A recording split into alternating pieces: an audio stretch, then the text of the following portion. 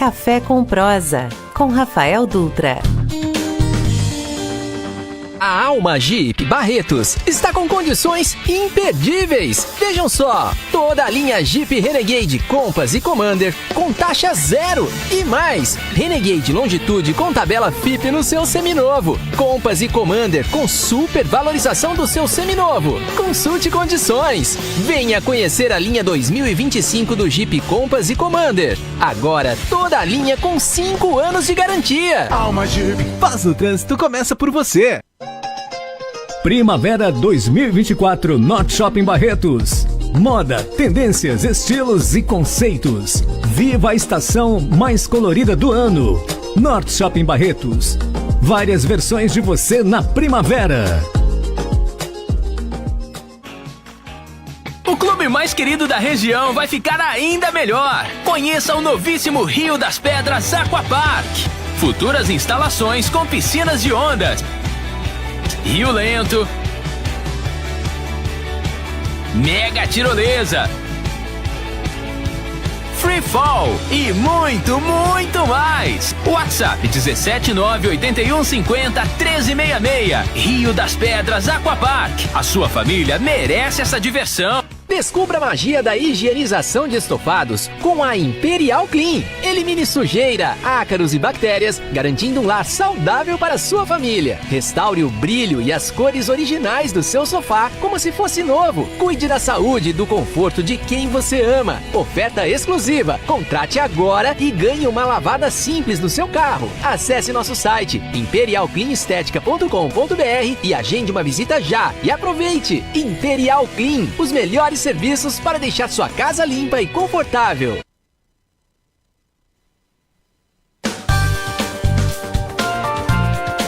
Café com Prosa, com Rafael Dutra. Olá Barretos, olá região, estamos iniciando aqui pela Rádio Jornal 88.7 FM, mais uma edição do programa Café com Prosa. Eu sou Rafael Dutra e sigo com vocês ouvintes até às 6 horas da tarde. Comigo, sempre ele, o nosso DJ Sá, que nós estamos aí à véspera do Natal. Ele ainda tem espaço na sua agenda, tanto para fazer o trabalho de Papai Noel, como também como DJ. E usando o cupom Programa Café com Prosa, tem um baita desconto, só que a gente pede para não deixar ele entrar pela chaminé. Não pode entrar pela chaminé, porque não passa. Então, ou você leva ele como DJ, ou você leva ele pela porta principal, não pela chaminé, porque senão o Papai Noel não pode executar o serviço dele, né? E já vai trajado de Papai Noel, entrega os presentes. A roupa de Papai Noel que você usa, que cor que é? A vermelha, a verde, azul? Vermelha. Porque hoje a gente sabe que tem várias tonalidades de cores de roupas de Papai Noel, né? A tradicionalíssima vermelha hoje já não impera tanto mais. Não, mas o traje típico que eu aprendi, cresci, né?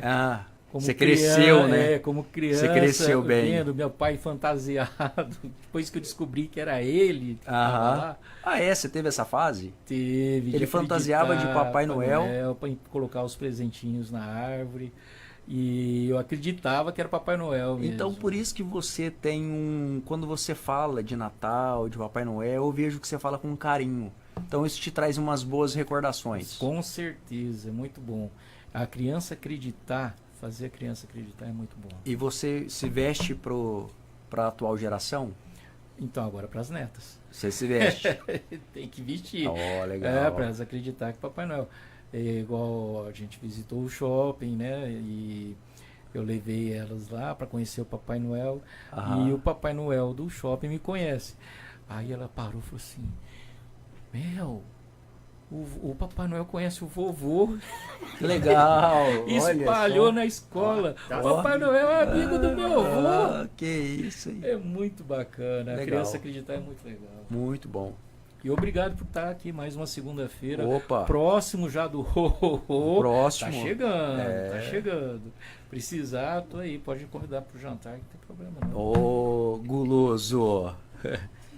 Bem, pessoal, hoje nós estamos recebendo ele, que é um artista aqui da cidade de Barretos, É uma pessoa que vai contar a trajetória dele, é um querido, tem exposições no exterior, tem exposições no Brasil. Se eu ler o currículo dele aqui, ou o que ele já fez, a gente vai ficar o programa todo aqui, que é o Renato Amici, né? Fala Amici. Amici ou Amici? Amici. Amici. Na França é Amici. Ah, então na França é Amici. Então, que é um querido muito atuante aqui na cidade de Barretos. Tem um ateliê ali na 22, que é tradicionalíssimo, aquela pracinha, que leva o nome também de um ente querido seu. Do meu avô. Que leva o nome do seu avô, o Assem. Aristides Amici e Assem. Hussein. A origem é francesa ou é libanesa. Libanesa. Aristides é o nome francês, né? Que foi afrancesado, mas no Líbano ele é chamado de Hussein. E por isso que aqui no Brasil ficou Assem, porque os patrícios, né, chamavam ele de Assem, então ficou com esse nome. Inclusive ele tem um quadro, o único quadro que ele pintou que está na minha casa, assim, grande, ele assina como Hussein. Eu pedi para os meus primos árabes lá traduzissem a escrita em árabe. Aí ele falou assim, tá escrito que é Hussein Homs, né, Barretos, Brasil, tal, em árabe. Então, assim, a sua família tem origem libanesa e francesa? Não, libanesa, mas como a França foi colonizadora do Líbano, né? Ela invadiu o Líbano, ela tomou conta do Líbano, então eles têm a influência. E antes, quando eles iam para o Brasil, eles passavam pela França, né? Vinha de navio, ia até Marseille, depois de Marseille vinha para o Brasil. Então eles têm essa ligação intrínseca com a França. E a França hoje é um reduto de árabes, né? Tem muitos libaneses lá. Barretos também, né? Tanto que meus bisavós, eles não vieram para Barretos diretamente. Vieram para onde? Eles estavam indo para Nova York. Aí no meio do caminho minha avó contraiu uma doença nos olhos. E quando chegou em Nova York, ela não pôde entrar nos Estados Unidos, porque eles iam para Detroit, que a minha família mora em Detroit, a família do meu irmão do meu bisavô. Eles têm uma escola de barbeiros em Detroit. Olha, que legal. Aí eles iam para lá, só que minha avó não pôde entrar, porque ela teve essa doença nos olhos, ela teve que correr retida na alfândega não, na imigração. E aí eles tiveram que a opção era voltar para o Brasil, que era a cidade mais próxima, com o dinheiro que eles tinham, né? Ia para o Brasil. Então eles vieram para Manaus. Aí desceram em Manaus, ficaram durante um período em Manaus. E em Manaus eles têm uma comunidade muito árabe, muito forte lá em Manaus, libanesa, que eles estavam na época da borracha, né? Da seringueira. Então era muito forte. Inclusive teve um seriado na Rede Globo, uns 5 anos atrás, que falava bem dessa coisa dos libaneses lá na cidade de Manaus, que a minha avó falava Manaus, não Manaus com U, era Manaus, né? E lá eles ficaram sabendo que existia no interior do estado de São Paulo uma cidade que tinha muito libanês vindo para cá, que era Barretos, então eles vieram para cá. Aí meu bisavô era bem comerciante, né? Ele estudou onde que ele deveria montar o negócio dele, então ele viu que ali perto da estação de trem seria um local ideal. E era a estação de trem e as casas das prostitutas, o famoso Bico do Pavão, onde que eu acho que é a Academia dos Batistas, ali era o Bico do Pavão. Então ele falou, ali tem a estação ferroviária e o Bico do Pavão, então eu vou ter uma clientela muito grande para montar um salão de barbeiro. Então ele montou um salão de barbeiro. Ele tinha muita grana na época, então ele comprou, eu acho que foi um dos primeiros moradores em Barretos a ter um carro, então ele tinha um carro, ele tinha telefone na casa dele naquela época, e isso facilitou a morte dele, né? Porque na década de 30, em 1927 ou 28, ele recebeu uma ligação telefônica que era para pegar um cliente, um passageiro na estação ferroviária e levar para Anglo, para o frigorífico Anglo, E como ele tinha carro, né, ele fazia o papel de chofer. Até a carteira dele de identificação está escrito chofer. Assim que era a carteira de motorista na época era chamada chofer, com a influência francesa também. E aí ele, nesse trajeto da estação ferroviária até o frigorífico Ângulo, ele foi assassinado. Ele levou um tiro na nuca. Aí minha bisavó ficou sozinha com 4 ou 6 filhos, parece. Nossa. Ela era adolescente ainda, porque quando ela com ela tinha 12 anos. Ela brincava de boneca lá em Manaus. Então, ela teve o meu avô, que foi, acho que o primeiro, era o filho mais velho, que era o meu avô Lacen. Então, ele cuidou da família inteira até ela casar com um primo do Líbano que veio para casar com ela. Olha. Então, aquele casarão onde tem o meu ateliê hoje tem história, né? Foi construído em 1910, 1912. Nossa. Então, tem muita história. Se né? as paredes ali falassem. Os assassinatos, né? Porque tinha muito. Porque era interessante, porque a maioria dos grandes fazendeiros da região iam para o Bico do Pavão e antes passava para cortar o cabelo, fazer a barba, ficar bonito. E as prostitutas também vinham, porque era na época o corte de cabelo era tal le garçon, que é o jovem, o garoto. Então nós cortava curtinho, então meu avô era expert meu bisavô era expert nesse corte. Aí passou pro meu avô. Meu avô morreu ali, ele morreu com 77 anos. Cortando cabelo. E seu avô também foi artista? A família libanesa, ela tem esse dom artístico. Até eu tenho contato com alguns primos libaneses. Até porque cortar cabelo é uma arte também, né? Cá entre nós também. E ele falava assim que queria que os filhos tivessem essa função, porque é uma função que você nunca fica sem dinheiro. É uma função que se você dedicar das 8 horas da manhã, meu avô ficava das 7 horas da manhã até as 22 horas cortando cabelo. E ele tinha sempre dinheiro, ele tinha dinheiro em cash, sabe? Tanto que ele comprou a casa, a parte dos irmãos, cortando cabelo. Minha avó fazendo crochê, até hoje minha mãe faz crochê, então ela passou. A minha avó já é de origem italiana, ela é de origem veneziana com nordestino, com cearense, então já tem essa mistura. Então a minha família é uma salada de frutas. A sua mãe também puxou os traços? Sua mãe também mexe com arte? Mexe. Minha mãe, ela pinta, desenha, ela se destacava na escola pelos desenhos que ela fazia. Aí depois ela assim, investiu na carreira de crocheteira, se dá super bem, ela tem um closet cheio de roupa de crochê que ela faz, mas para vender, são poucas que tiveram esse privilégio de ter os trabalhos dela. Ela guarda, é uma arte. Crochê... Falou que é uma peça de crochê, todo mundo quer comprar. Ainda mais agora, esse ano, principalmente nos desfiles lá em Paris, as grandes grifes estão valorizando muito o crochê. Hoje você vê uma bolsa da Prada de crochê que vale 10 mil euros. Então, sabe, um absurdo a valorização que eles estão dando ao crochê, que é uma arte que sempre valorizou, né? E ela, quando ela foi professora na PAI, ela incluiu esse lance, esse dote, esse dom, né? Esse dom que ela tem pro crochê com as crianças dela. E algumas crianças se destacaram com isso. Legal. E ela pintava muito bem. Ela se especializou na área, psicopedagoga, foi do estado, foi do município e agora está aposentada e fazendo crochê. Que legal. Recentemente ela teve uma queda bem complicada, ela fraturou 3 partes do braço direito, ombro, cotovelo e antebraço. Está bem. Graças a Deus, graças ao hospital aqui, a Santa Casa nossa aqui de Barreiras, com os profissionais que tem aí. Foram 5 horas de cirurgia.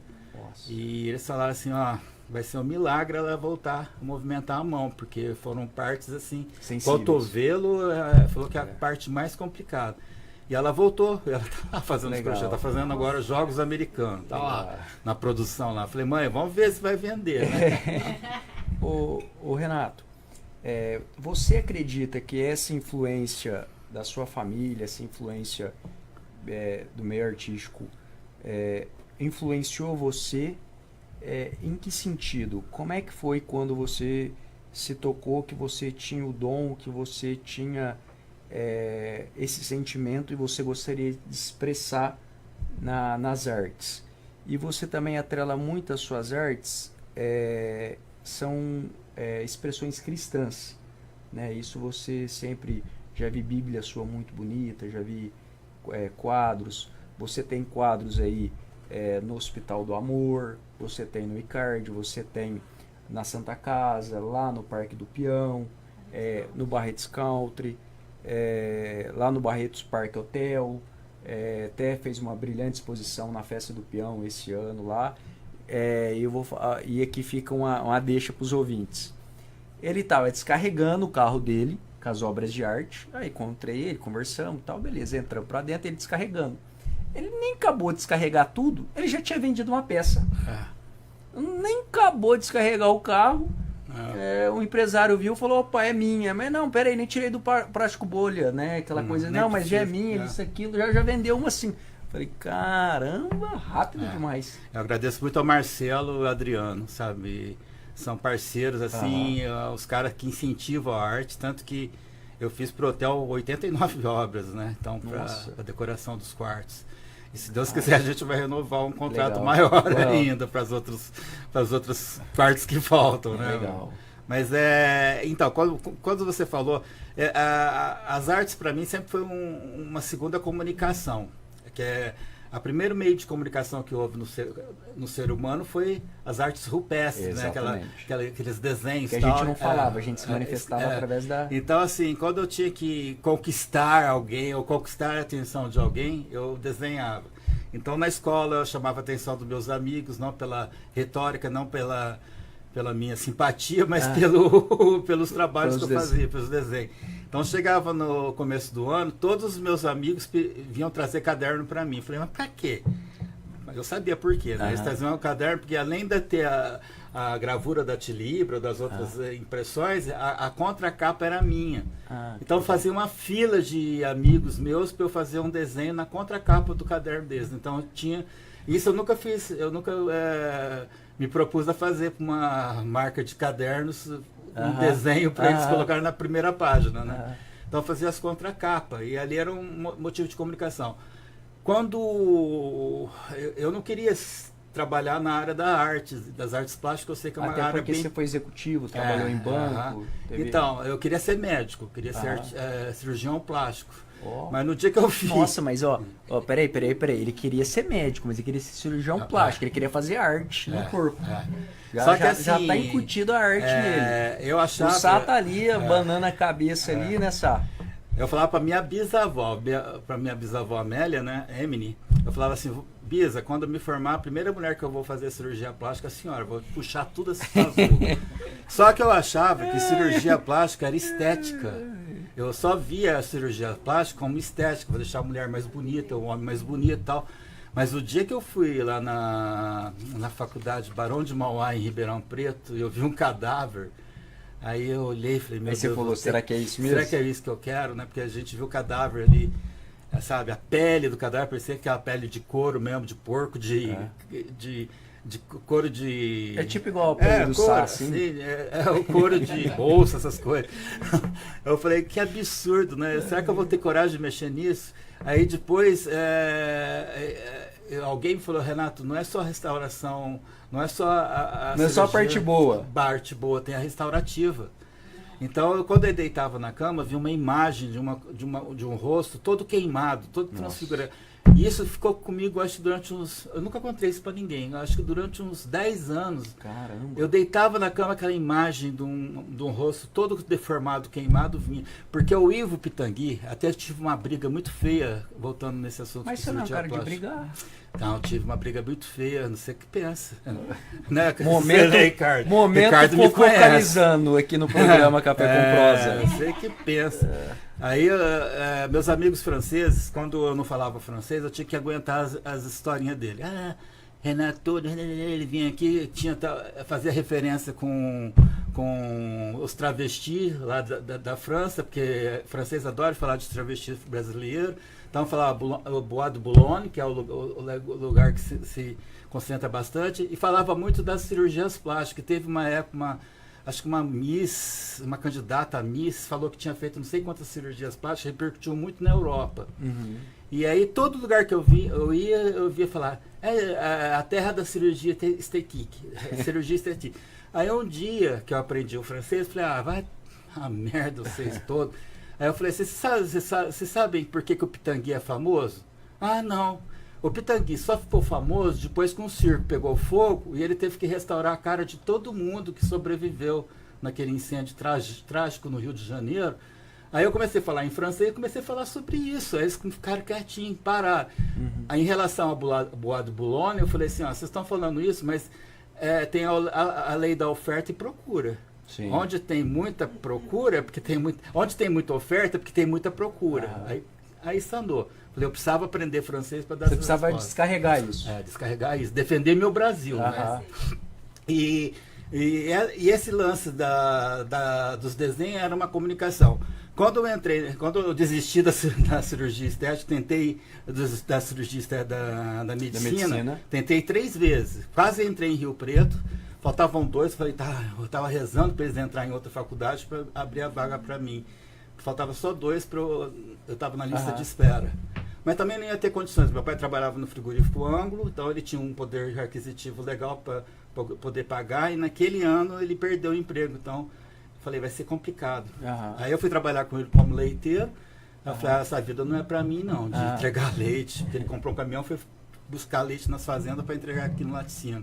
Essa vida não é para mim. Até que eu gostava, eu achava assim, importante dirigir um Mercedes-Benz, mas eu falei assim, vou entrar no banco. Aí eu entrei no Bradesco, e no Bradesco eu comecei a aliar as artes com a minha carreira. Aí eu já mudei o meu foco totalmente, eu quero chegar à presidência do banco. Aí, através das minhas artes, eu mudei para São Paulo, eu fiz uma exposição. A Febraban organizou uma exposição que era os talentos do Bradesco, os talentos dos bancos, né? Quem tem um talento dentro de uma organização financeira vai ter que mostrar esse talento para os outros bancos. Aí eu fiz a primeira exposição do Bradesco a nível nacional de artes plásticas, foi aqui na 144, aqui no centro, na agência do Bradesco. Aí veio o pessoal do marketing todo para me conhecer. Saí na revista do marketing, falando da minha exposição aqui em Barretos e tal. E isso abriu as portas para a diretoria, que é na Cidade de Deus. Aí eu falei, quer saber uma coisa? Meu avô tinha morrido, eu estava cuidando da minha avó. Eu falei, quer saber uma coisa? Eu não vou ficar sendo cuidador da minha avó até não sei quando, né? Eu vou prestar o vestibular, fiz comunicação social na Anhembi Morumbi. E fui para São Paulo, mudei de mala e cuia, foi sofrido no começo, que o pessoal acha que é tudo glamour, né? Mas eu trabalhava das 8 às 18 horas no Bradesco, pegava o busão, ia para a Anhembi Morumbi, lá no Itaim, estudava até a meia-noite, pegava o ônibus de volta, chegava 1 hora no banco, na Cidade de Deus, em Osasco, dormia num alojamento, você tinha que tomar banho de tamanco, né? Você sabe por quê, né? E é complicado, mas dentro do banco eu comecei a fazer desenhos, pinturas, vendia para os amigos e mandava todo final de um ano, tipo assim, que nem agora nós estamos em dezembro, fazia cartões de Natal e mandava para a diretoria do banco. Mas eles nem te conhecem, né? Não tem que saber, eles vão saber que eu existo. Aí eu mandava para o Amador Aguiar, mandava para a presidência do banco, e com isso fui conquistando vários amigos. Legal. Vários conhecidos da minha arte, acho que. E já vou implementar aí uma pergunta. Por que ou como o relevo se tornou sua marca registrada? Aí eu pulei uma parte, porque antes de eu ir para a matriz do Bradesco, trabalhei numa agência, que o diretor do banco, é meu amigo até o seu Firmino, ele falou, Renato, para você adaptar em São Paulo, para você saber onde que é a sua faculdade, onde você tem que dormir, eu vou te arrumar uma agência perto da faculdade, ali na Vila Olímpia, que é a agência Santa Amaro, na Avenida Santa Amaro, 197, Vila Nova Conceição. E eu tinha muita clientela elite, que ali é uma agência elite, padrão elite. Tem muita gente de poder aquisitivo alto, inclusive a família do São Amador Aguiar era nossa clientela. E tinha o Ronald Golias, que era o nosso cliente também. Tinha várias outras personalidades. E dentre eles tinha um dono de uma galeria, Grafito, o Hernan Sendoya. E eu estava fazendo uma exposição na agência, ele gostou. Porque da agência de Barretos eu levei a exposição para a agência 197. Falei, eu sou o cara que saiu na revista do Bradesco, faço parte da Febraban, como o cara que a Febraban descobriu. Então os gerentes lá quiseram. Então eu fiz na 197, fiz na Nova Central, fiz em outras agências, Pan-Americana e exposições minhas. E ele observou assim, Renato, você usa muita tinta, por que você não usa o relevo? Então, lá no Largo da Batata tem uma loja de materiais de pintura, lá tem uns potinhos de massa acrílica. Começa a usar o seu trabalho. Eu comecei e gostei. Legal. Aí foi ele que me incentivou, um cliente de uma agência que me incentivou. Aí a partir de então eu fui empregando o relevo. E quando eu fui para Matriz...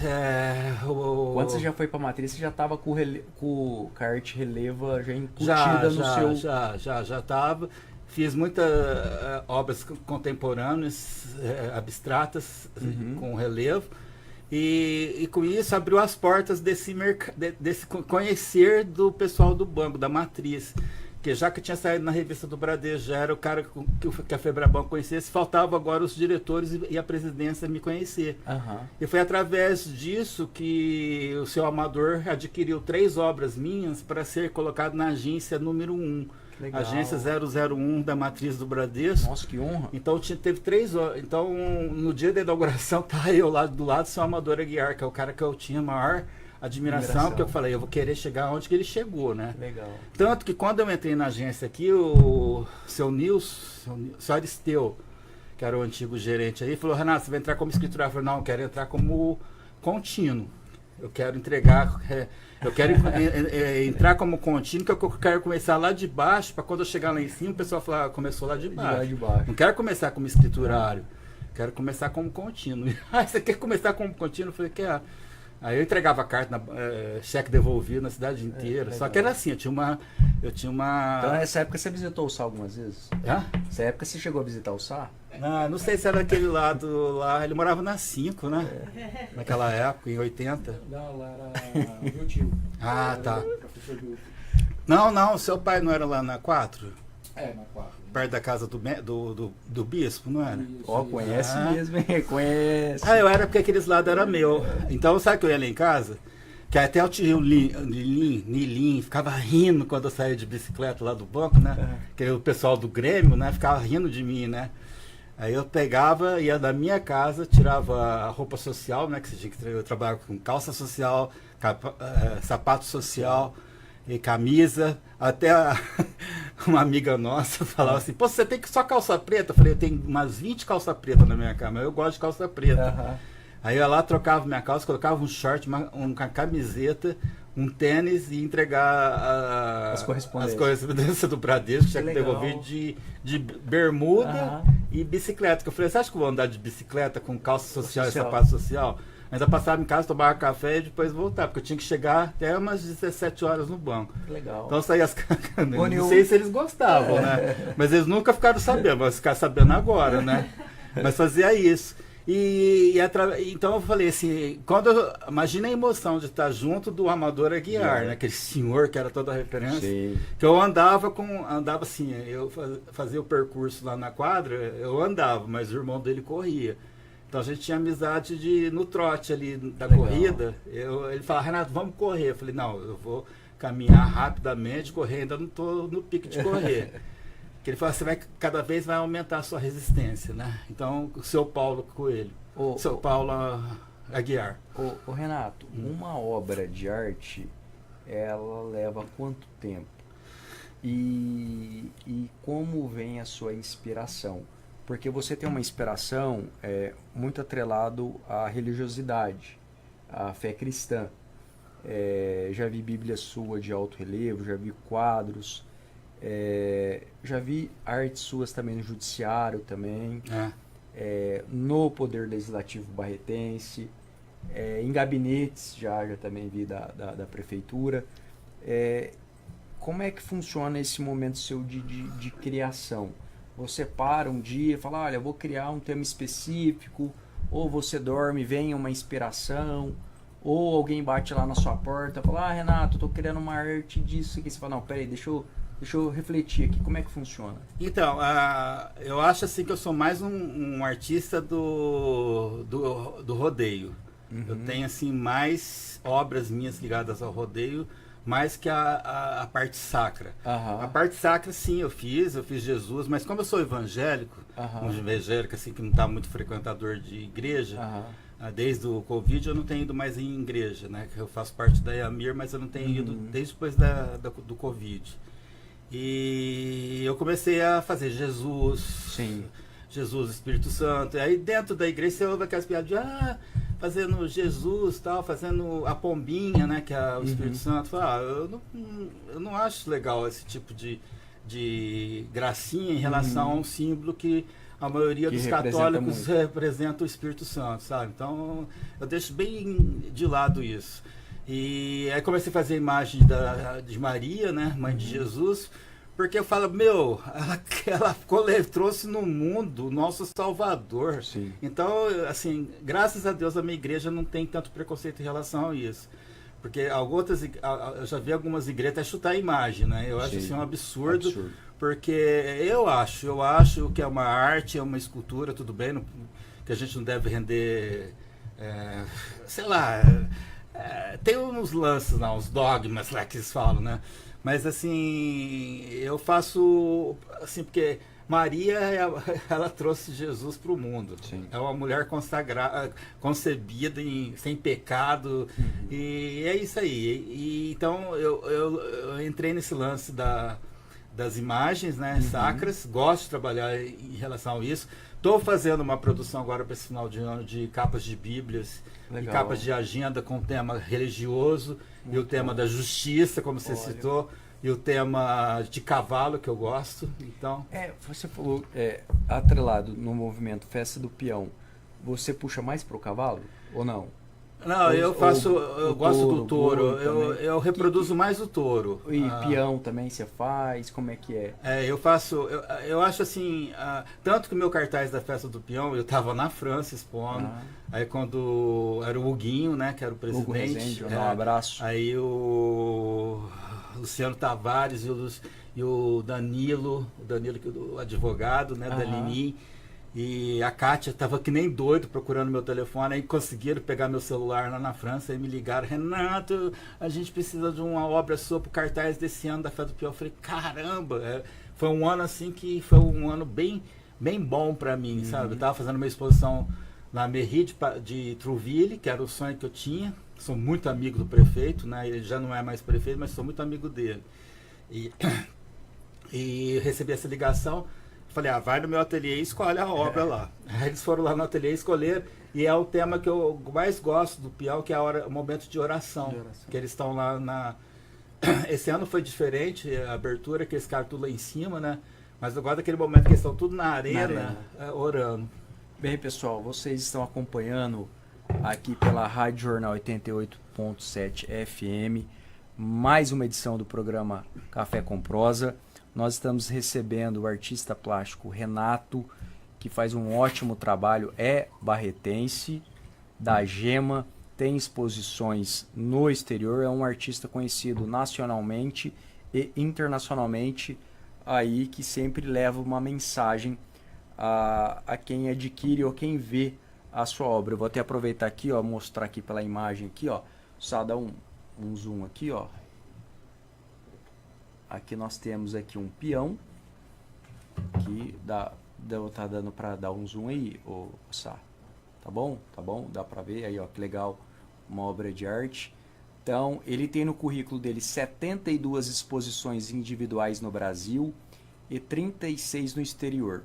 52 exposições coletivas no Brasil e 15 no exterior. E, Renato, como é fazer tantas exposições no exterior? Como surgiu isso? Como é que foi? E também fazer tantas exposições no Brasil?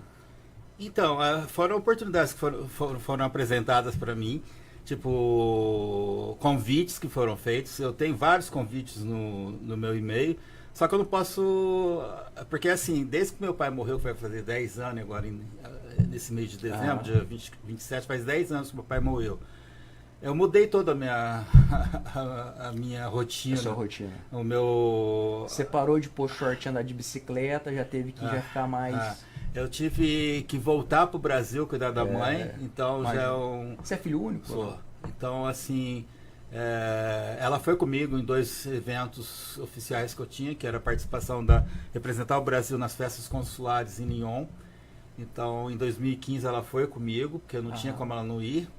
Porque eu falei, eu vou ficar quase um mês fora, não dá para ficar um mês fora com ela aqui sozinha, né? E em 2016 ela foi comigo também, que eu tinha um lançamento de um livro em Lyon, em Geneve, na Suíça, a capa de um livro. Ela foi comigo. E logo, um mês antes da viagem, a gente descobriu que ela estava com um tumor maligno no intestino.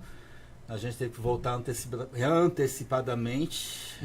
Estava tudo marcado já, ida, volta e hotéis pagos. A gente teve que antecipar a volta para fazer a cirurgia aqui. Aí fez a cirurgia, deu tudo certo, só que aí tem um acompanhamento, né? Ela só teve alta esse ano. Então, a partir de março do ano que vem que eu vou começar a voltar de novo com a minha carreira internacional, porque agora eu já estou com peso a menos, né? Que ela já teve um ok do Dr. Vel, que tá tudo bem, que agora só daquela vela daqui 10 anos, né? Legal. Quando eu tiver 92 anos. Então, tá ótimo, né, esse prazo. Então, a gente tem uma benção que é esse hospital, né? Sim. E eu sou, há vários anos, o Renato Reis e o Giovanni me convidam para ser o artista que faz as obras que são dadas para os artistas, os cantores que vêm. E teve agora recentemente lá uma obra. Qual foi aquela tela? Chitãozinho e Chororó. Meu Deus do céu. Chitãozinho e Chororó recebeu uma tela sua. Recebeu 2 telas. Quais foram? Foram o Renato que escolhe os temas. Né? O Renato Reis escolhe os temas, fala, Renato, eu quero esse estilo. Então ele escolheu, até no certificado eu falo que foi ele que opinou pelo tema. E era o cartaz do próprio jantar, que tem a figura do Chitãozinho e Chororó abstrato, né? Só em preto e marcando algumas datas, né? Aí o Chitãozinho, o Durval, o Chororó, o Durval, ele falou, já que nós temos 2 obras iguais, então uma obra vai para o nosso escritório, que até o empresário dele é barretense, eu não sabia. O Wilson. Então, não sabia que o Wilson que era barretense, eu vi ele, eu falei, conheço que cara lá, mas não sei de onde que eu conheço. Aí ele falou, é o empresário. E o cara tá bem, né? Muito famoso. Aí, moral da história, Aí 2 obras de arte. 2 obras, ele falou, uma nós vamos levar pro nosso escritório, que o Wilson, a gente falou pro Wilson, né? E outra eu vou assinar ele e o Henrique vai fazer um leilão da obra. Que legal. Aí o Henrique falou, aqui um violão, não sei que lá que o Chitãozinho doa pro hospital, a gente começa com 30 mil.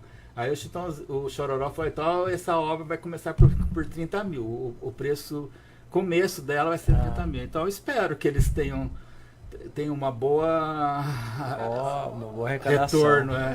Eu acho que sim, porque o pessoal até o próprio, acho que o Anderson e a Nájila pode comprar, porque o pessoal ajuda bastante, né, as causas dos hospitais. Você chegou também a doar algumas obras para o acervo da fundação? Sim. Você tem algumas obras lá em doação. Eu já tinha doado 2 para a Caia, que ela era da ouvidoria, e eu doei através dela para o hospital. E mais recentemente o Edmundo e o Farid me encontrou no Grêmio. Ele falou, Renato, aquelas obras que estão no hospital, no IRCAD, elas são nossas já.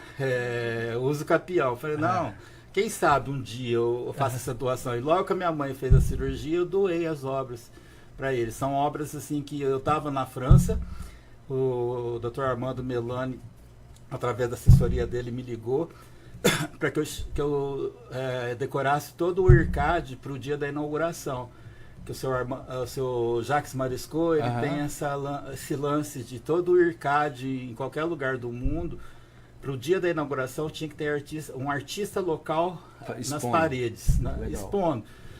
Como eles não tinham cavaletes para colocar as obras, o Dr. Armando autorizou bater prego tudo quanto é parede do IRCAD. Tava tendo sim. Nem tava pronto o negócio, ele já não, metendo tava prego. Pronto. Eu vi 2 dias antes. Tinha acabado de pintar, acabou de organizar. 2 dias antes do evento, aí eu tava batendo prego lá em cima, e lá no auditório lá embaixo, que o Ricardo conhece, vocês conhecem, já tava tendo uma palestra, ele mandava, manda esse cara parar de bater o martelo. Eu falei, mas como que eu vou colocar quadro se eu não tem que bater na parede? Aí você encheu a parede de prego. Enchi a parede de prego com quadros meus, né? E foram vários quadros. Inclusive... Você lembra a quantidade na época, mais ou menos? Eram uns 30 quadros. Legal, porque o meu ateliê ficou 100 quadros. Caramba. Porque foi bastante. Alguns, por exemplo, tinha uma venda, aí eu falava, o meu quadro está lá no Ricardo. Aí eu pedi autorização para Pacheco, Gabriela Pacheco. Gabriela, eu tô precisando tirar um quadro aqui porque eu vendi. Não, pode tirar. Tem outro para colocar no lugar? Não. Então a gente tira de um outro local, eu coloco aqui. Tira de uma sala, coloca aqui. E assim foi. E quando minha mãe fez essa cirurgia e foi tudo ok, e sendo o SUS uma maravilha aqui em Barretos, eu falei, nada mais justo de agora as obras irem para o acervo da Fundação Pio XII, que controla o Ricardo aqui em Barretos, né? Ô Renato, nós estamos caminhando aí já para os minutos finais do nosso programa. Uma pessoa que vê uma obra de arte sua e ela se interessa, ela quer comprar, ou ela quer algo específico, como é que funciona esse atendimento no seu ateliê? É com horário marcado, ele entra nas redes sociais? Por exemplo, eu olho o Sá assim, que é o nosso Papai Noel do ano aqui, né? E fala assim, tô com uma foto do Sá, eu gostaria que você fizesse o Sá. Você vai e faz. Como é que funciona? Porque assim, tem artistas que faz, tem artistas que é só pela inspiração, não vou copiar os traços dele. Como é que funciona isso? A sua atuação assim no ateliê? Essa última encomenda que o Barretos Park Hotel fez, eles pediram dos embaixadores da festa e dos principais cantores nacionais que cantaram lá. Os embaixadores, né? Os embaixadores os internacionais. Aí foi baseado na foto, eu trabalhei a foto com a minha arte. Então, legal. Aí ficou legal. Aí, chegando num acordo financeiro, a gente faz, sabe? Mas assim... Esse acordo financeiro é pelo tamanho da obra ou não? Pode ou pela ser. Dificuldade. Um exemplo, se vamos pegar o Sá, né? Eu gosto de pegar o Sá como referência. Se a gente for fazer o Sá num quadro, é grande, né? Se for pegar eu, é menor. Então, a gente quer entender como é que funciona. Você vai olhar para o Sá e falar, caramba, vou usar muita tela, isso, aquilo, muito relevo, caro. Muita massa. Uma tela pequena, uns 3 metros. 4, entendeu? Uma tela bem light. Como que funciona isso? Então, depende do tamanho mesmo. Tamanho, mas Tamanho e dificuldade ou mais tamanho? Porque a dificuldade a dificuldade é a mesma. É a mesma. É que nem eu fiz. Você chegou a ver aquelas reproduções que eu fiz, uma releitura do Jeromão. Aquilo lá tinha que ser 10 vezes mais que um quadro que eu faço. Porque aquilo deve ter um trabalho. Nossa. Eu vi, coisa linda. Eu vi, coisa linda. Eu fiz uma coisa muito louca, assim, sabe? E como é que foi você peças... reproduzir aquilo? Então, eu fiz o esqueleto do bicho, né? Do Jeromão. Mas os detalhes, a cela eu tive que fazer na mão, sabe? Aí a pessoa falou, mas como você fez? Eu pegava um spray, fazia o contorno da cela. E falei, dá mais trabalho. Aí eu coloquei um valor lá, as pessoas assustavam, porque falou, nossa, falei, dá mais trabalho. Eu faço um quadro num dia, aquela escultura eu levei quase 5, 6 dias para fazer. Caramba. Tipo, É um trabalho comparação, muito manual, muito, eu vi lá, ficou lindo. Até eu falei, e não vendia aquelas esculturas, vendi quadros assim, muitos quadros lá. E se eu tivesse... Faz uma black agora. Se eu tiver... Quer dizer, já foi a black. Não, já tem um cliente mas tem um Natal. Até eu propus para... mas tem um Natal. Eu propus para EcoPower, né? Porque eles colocaram a camiseta lá no Jeromão. Eu falei, vamos colocar da EcoPower, das outras empresas do grupo. E tem um amigo meu que gosta desse estilo de rodeio, o Fernando, aí eu mostrei para ele. Talvez eu faça uma Black Friday com ele. Legal. Foi uma Natal, ideia. você tem que fazer o Natal. Agora nós estamos em dezembro. Ah, Black Natal. Friday de janeiro, não tem uma Black Friday de janeiro? Também tem. É. Queima de estoque. Queima de estoque. Você pode criar. É. E para ir lá conhecer seu ateliê, é só entrar em contato. Horário marcado, agora no Natal, agora esse período, agora que a gente tem uma semana para o Natal, vai ficar aberto e tal. E as vendas são boas no Natal? Como é que funciona? Eu vendo muito as taças, né? As taças, eu vendo muito bíblias, eu vendo muito agenda. Até esse ano, acho que as vendas vão diminuir, porque eu perdi uma grande amiga minha, uma grande cliente minha em São Paulo, uma advogada que sempre comprava vários jogos de taças, várias agendas. E esse ano ela partiu, porque eu já estou começando a ter clientes que estão partindo, sabe? Então, clientes que vão envelhecendo. Então você vai ter que ir pro TikTok. Você pegar os clientes que estão lá. Tem que começar a fazer as dancinhas lá para ver. O quadro! Começa a balançar lá. O Sá também. Vou fazer uma pergunta, Renato. Já que você é contemporâneo, você chegou a dançar na época com o DJ Sá? Nossa, tocando? E como? Nossa, tem gasgou, várias calma. festas. Várias festas. Você dançou muito ao som do DJ Sá? DJ Sá, hein? Só o Rafael. Brincadeira. Não, eu peguei alguma coisinha do Sá. Peguei. Engasguei. Não tem como. Ó, Ricardo, ele gravava a abertura da minha exposição, do meu ateliê, o som, quem gravou foi ele. Quem prestou as caixas de som. Ele. Era um grande parceiro. Sá, eu vou expor, eu precisava de tocar uma música lá, né? Francesa. Eu falei assim, não, eu tenho uma coleção de CDs franceses aqui, eu faço um bem bolado e tal. Fui lá, coloquei a caixa de som, liguei e foi um sucesso. Foi. Um sucesso. Nossa, foi demais, né, aquele dia? Foi top. Muita gente, não esperava tanta gente. Pior que tava. Foi um dia antes da inauguração do shopping, né? Isso. E foi uma loucura, porque Legal. choveu naquela noite, então o pessoal não sabia se ficava dentro e fora. E tava sem ar, não tem ar até hoje. Muito quente, pedia desculpa, mas eu já tava lá. Mas dança aí com o DJ Sá. E vendi bastante. Maravilha.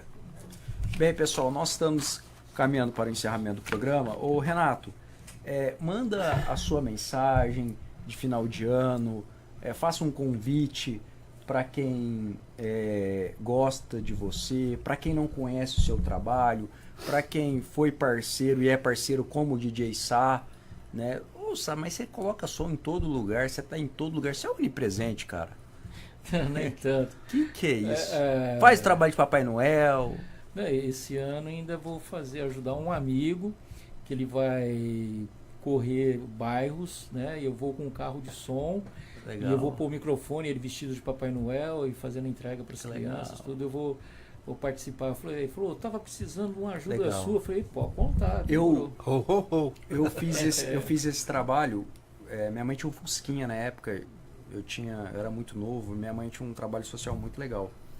E ela vestia eu e meu irmão de Papai Noel. Saía ela dirigindo o Fusquinha com a minha avó. Lotado de presentes, e a gente ia nos bairros distribuir. E era muito legal, porque era aquela coisa muito natural. Passava, via criança, parava, a gente fazia fila, entregava. Muito legal mesmo esse trabalho. Parabéns. É gratificante. Você se sente tão feliz, tão leve, é muito bom. Muito bom mesmo. É muito gostoso. Fazer o bem sem olhar quem. E aí, Renato, manda a sua mensagem. Eu acho assim que é um período legal, né? É uma data assim. Esse ano até eu estava pensando que eu não ia decorar meu ateliê, como sempre decoro, com luzes, com árvore de Natal. E eu falei, por que não, né? Porque o cara que me ajudou pra caramba durante esse ano todo, né? Por que não homenageá-lo, né? Então Jesus acho que tem que ser lembrado sempre nessa data natalina. Lógico que falo que não é uma data oficialmente que ele nasceu e tal, mas eu acredito que para nós é muito especial esse dia 25. Não é só de compras, de presentes, apesar que desde criança tem essas lembranças. Estavam falando aqui sobre Papai Noel, chaminé. Aí veio uma casinha que a gente morava no fundo da minha casa que eu moro hoje. Meu pai fez uma casinha, porque a situação apertou, ele fez uma casinha no fundo pra gente morar lá e alugar a casa que nós moramos hoje na frente, né? E eu lembro que eu acordei e vi os presentes, né? E vi um avião, que eu era sou apaixonado por avião, né? Pela aviação. E vi um jato que a minha tia me deu de plástico, coisa mais linda. Então é uma memória que eu guardo, marco, sabe? De acordar, eu dormia no quarto junto com meus pais, abri a porta do quarto e eu vi aquele avião na parede, assim, no meio da árvore de Natal. Falei, nossa, era uma sensação. Então voltou quando eu saio, você estava falando de Papai Noel, de crianças, né, no shopping, né? Então, e é um momento legal, né? Um momento festivo. A gente não está passando um período familiar muito legal, né? Então, assim, com perdas, assim, mas, assim, eu acho que é uma data pra gente comemorar. Amém. Saúde, saúde, saúde. Amém. Bem, pessoal, essa foi mais uma edição do programa Café com Prosa. Gostaria de agradecer a vocês, ouvintes, mandar um abraço lá para a Graphic Brindes Barretos, que sempre nos patrocina aqui com um mimo para a gente entregar para os nossos convidados. O Renato vai levar uma caneca para a hora que ele estiver fazendo a peça, beber um café, beber um chá, enfim. Então, espero que vocês aí tenham uma boa semana e eu te espero na próxima segunda-feira em mais uma edição aqui do programa Café com Prosa, das 17 às 18 horas. Tchau!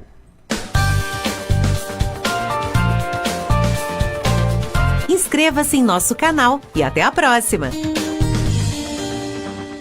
A Alma Jeep Barretos está com condições imperdíveis. Vejam só, toda a linha Jeep Renegade Compass e Commander com taxa 0 e mais. Renegade Longitude com tabela FIP no seu seminovo. Compass e Commander com super valorização do seu seminovo. Consulte condições.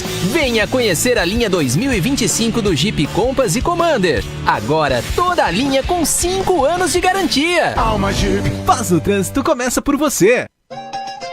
Primavera 2024 Norte Shopping Barretos. Moda, tendências, estilos e conceitos. Viva a estação mais colorida do ano. Norte Shopping Barretos. Várias versões de você na primavera. O clube mais querido da região vai ficar ainda melhor. Conheça o novíssimo Rio das Pedras Aquapark. Futuras instalações com piscinas de ondas, Rio Lento, mega tirolesa, free fall e muito, muito mais. WhatsApp 17981501366. Rio das Pedras Aquapark. A sua família merece essa diversão. Descubra a magia da higienização de estofados com a Imperial Clean. Elimine sujeira, ácaros e bactérias, garantindo um lar saudável para a sua família. Restaure o brilho e as cores originais do seu sofá como se fosse novo. Cuide da saúde e do conforto de quem você ama. Oferta exclusiva. Contrate agora e ganhe uma lavada simples no seu carro. Acesse nosso site imperialcleanestetica.com.br e agende uma visita já. E aproveite! Imperial Clean, os melhores serviços para deixar sua casa limpa e confortável. Inscreva-se em nosso canal e até a próxima!